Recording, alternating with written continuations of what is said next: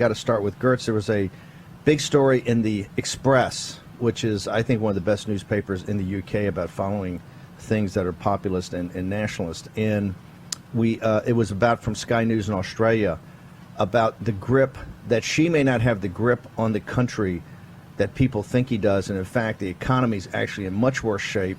He's had a number of purges. The military is very angry. And one of the things he's doing is rattling the saber about Taiwan.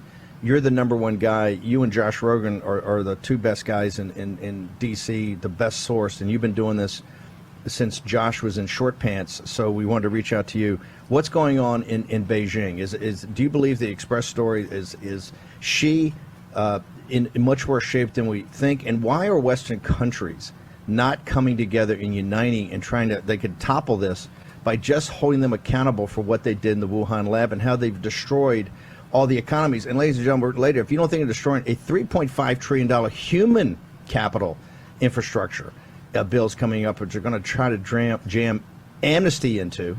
We've got the folks from Numbers USA who are going to come on and talk about that. So Bill Goetz, Beijing, the regime, what's the status in your opinion?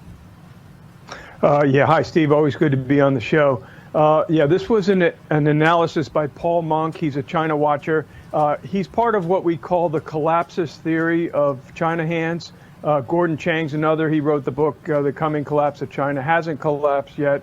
However, I agree with him that there are definitely warning signs about the coming collapse of the Communist Party. And I think the pandemic and China's responsibility for it is definitely pushing in this direction.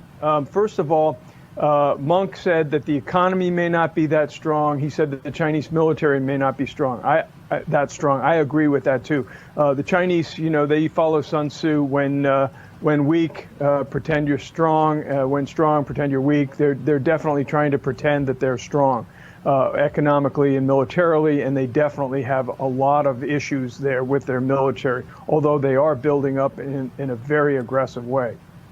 I would say that I think that the official intelligence view is that Xi has maintained control. But I see this current period as analogous to the late 90s, when the CIA was saying there's no problems with the Soviet Union, they're not going to collapse, and then lo and behold, in 91, the Soviet Union collapsed. We could be in that situation now.